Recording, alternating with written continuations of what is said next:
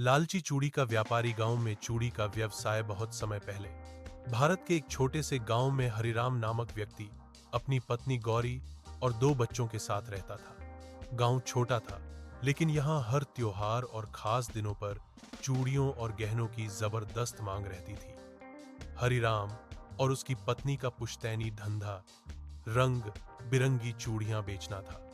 वो शहर से रंगीन कांच की चूड़ियां लाते, उनका आकर्षक प्रदर्शन करते और गांव की महिलाओं को सुंदर सुंदर कहानियां सुनाकर बेचते।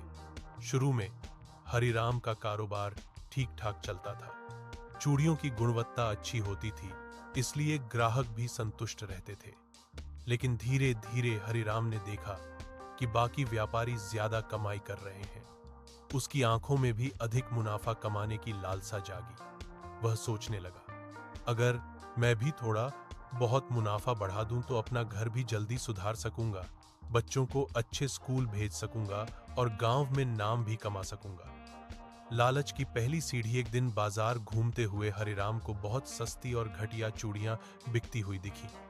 उन्होंने मन ही मन सोचा, अगर मैं ये सस्ती चूड़ियां शहर से ले आऊं और गांव वालों को अच्छे दाम पर बेच दूं तो कितनी बचत होगी। बिना किसी को कुछ बताए वह थोक बाजार गया और सस्ती चूड़ियों का ढेर लाकर दुकान में सजा दिया। चूड़ियों की चमक दमक बाहर से तो अच्छी दिखती थी, लेकिन असल में वे बहुत कमजोर और कटे फटे किनारों वाली थी।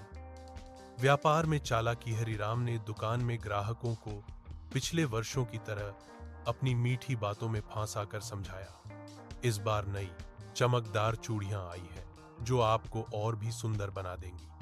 गांव की भोली भाली महिलाओं को पता ही नहीं चला कि वह असलियत में सस्ती चूड़ियां खरीद रही हैं। शुरुआत में तो खूब बिक्री हुई और हरिराम के पास पैसा आने लगा। धोखे का असर समय बीतता गया। त्योहार के सीजन में शादी ब्याह से लेकर छोटी बच्चियों की चूड़ियों तक हर कोई उसकी दुकान पर आता। लेकिन जैसे जैसे दिन बीतने लगे, लोगों को सच्चाई समझ आने लगी। महिलाएं जब पूजा में चूड़ियां पहनती तो वे टूट जाती। बच्चियां खेलते खेलते चूड़ियां बिखेर देती। कई बार हाथ में चटका लग जाता तो कोई कीचड़ से डर जाता। ग्राहकों की नाराजगी जल्द ही गांव के लोगों में सुगबुगाहट होने लगी। हरिराम की चूड़ियां अब पहले जैसी नहीं रही। एक बार खरीदो, 2 दिन में टूट जाती हैं। महिलाएं बच्चों को वहां से चूड़ी खरीदने से मना करने लगी। हरिराम शिकायत सुनता तो होता, लेकिन वह हमेशा कोई ना कोई बहाना बना देता।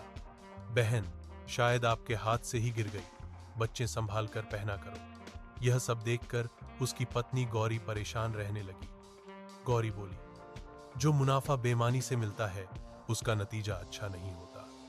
हमें पुराने ग्राहकों पर भरोसा रखना चाहिए। गांव में नया बदलाव। इसी बीच गांव के ही एक ईमानदार महिला चूड़ियां बेचने लगी।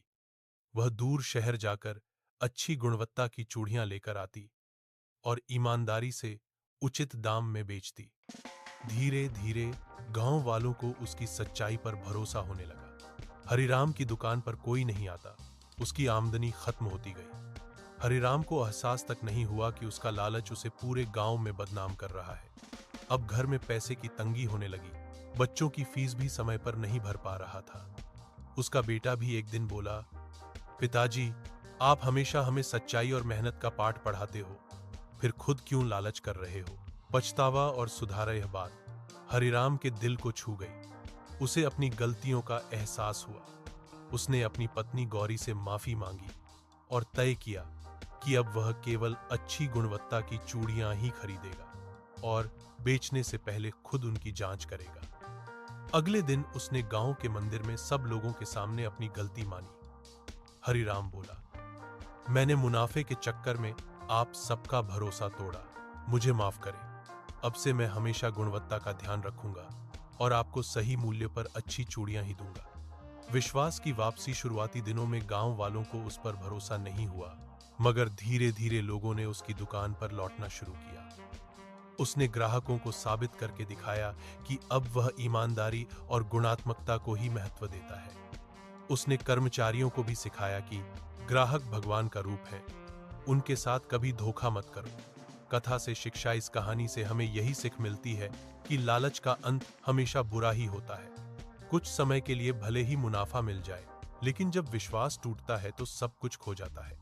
हरिराम को अपने लालच का बहुत पछतावा हुआ, लेकिन उसने समय रहते अपनी गलती सुधार ली। अगर हर व्यवसायी ईमानदारी, संतोष और नैतिक मूल्यों के साथ काम करे तो सफलता जरूर मिलती है।